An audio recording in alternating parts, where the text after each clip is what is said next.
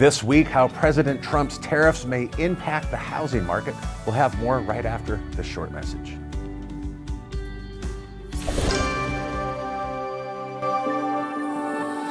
Building relationships is the way Mutual of Omaha has grown into one of the leading financial services companies in the world. Our reverse mortgage wholesale division is proud to carry on this 100-plus year tradition. To your borrowers, a reverse mortgage is more than a transaction. It's a promise of a better, more stress-free life. Our goal is to provide you, our valued client, with the best service and support possible so you can focus on helping your borrowers achieve the retirement of their dreams. Welcome back to the Industry Leader Update. I'm your host, Shannon Hicks. The status quo of international trade may be out as President Donald Trump announced a sweeping package of tariffs last Tuesday and what he calls Liberation Day. So today we're going to examine how these tariffs may impact the price of both new and existing homes. Wall Street and the world witnessed a historic change in U.S. trade policy last week. Now, during his campaign, President Trump vowed to enact tariffs. What that plan may look like was unknown until last week. From the White House Rose Garden, Trump outlined his administration's plan to rebuff what they say are unfair trade barriers and practices, all in the effort to repatriate American manufacturing jobs. Starting tomorrow, the United States will implement reciprocal tariffs on other nations. It's been a long time since we even thought of that. Effective April 5th, a 10% tariff was placed on all foreign goods, with additional reciprocal tariffs being levied on China, the European Union, Japan, India, and the United Kingdom, just to name a few. Now, thanks to the United States-Mexico-Canada Agreement, or USMCA, Canada and Mexico are exempt from Trump's 10% flat reciprocal tariff, but that exemption isn't necessarily permanent. Now, Trump has suggested that he will review the trade practices with both Canada and Mexico, and if he believes that the U.S. is still at a disadvantage, he could add tariffs later. Now, recently, the administration specifically mentioned Canadian dairy and lumber products and also Mexican auto exports as areas of concern.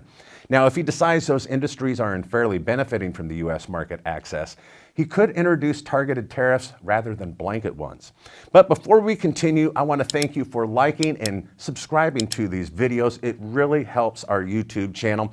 Also, I'd ask you to consider subscribing to HeckhamWorld.com. That's for all of the latest reverse mortgage news and commentary and analysis. Now, how may tariffs play out in the housing market? Realtor.com reports that the National Association of Home Builders estimates that about 10% of building materials that are presently used in residential construction are imported. And that includes a significant number of dimensional lumber that is sourced from Canada. The U.S. faces a supply gap of nearly 4 million homes, and the only long-term solution to this problem is to build them. But the implementation of these tariffs will make it more costly to do so, putting a question mark on whether they can be built at the lower price points that are most undersupplied. However, Ontario Premier Doug Ford may have just capitulated to President Trump's demands. You're saying you take all your tariffs off. I'm saying we will take them off. That's right. Then why is that not? I guess my question is, why has all of that not already happened? And does President Trump know that you'd be prepared to do that? He knows, and Secretary Lutnick knows that we're willing to take these tariffs off like in the next minute if he said he's taking their tariffs off. Now, Canada supplies approximately 25% of all the softwood lumber that is used in the U.S. construction industry. And that significant contribution underscores the importance of Canadian lumber, including that from the province of Ontario to the U.S. market. Now, previous softwood lumber disputes between the U.S. and Canada, those have led to double-digit increases in lumber prices. Now, targeted tariffs are also being placed on China and Vietnam, and those could increase the price of imported construction materials such as steel, aluminum, flooring, cabinetry, and windows and doors. If tariffs do increase construction costs with lumber, steel, and appliances, the price of new homes will certainly increase. And consequently, the higher cost of new homes would increase the demand for existing homes. And that would push prices higher, boosting the equity that is held by older homeowners. But tariffs don't only impact home prices. They could also have a significant impact on interest rates. Last Thursday, Barron's reported that the 10-year U.S. Treasury yields, they tumbled on tariff worries. Now, traditional mortgage rates, they're also closely tied to the yields on long-term Treasury bonds, such as the 10-year Treasury note. But if tariffs do spike inflation, then the Federal Reserve may consider, yes, increasing interest rates to manage economic stability and increasing Treasury yields over time.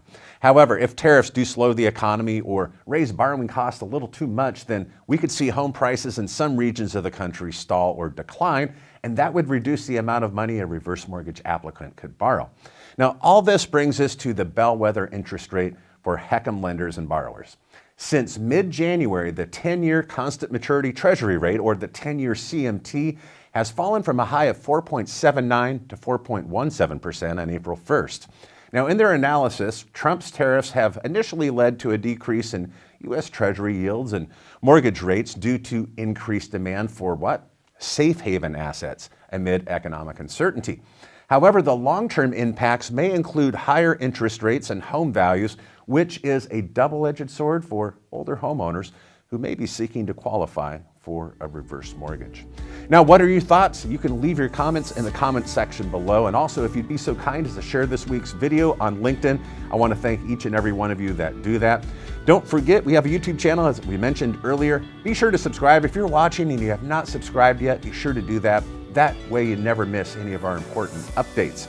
And each and every week, we curate the most recent and relevant reverse mortgage news in our weekly podcast, HECM World Weekly. We have both an audio and a video edition, so make your pick. But listeners can listen and subscribe on Apple Music, Spotify, or on Podbean. Thank you so much for joining us, and be sure to return next week for more reverse mortgage news, commentary, and analysis you'll only find right here at HECM World. Make it a great day.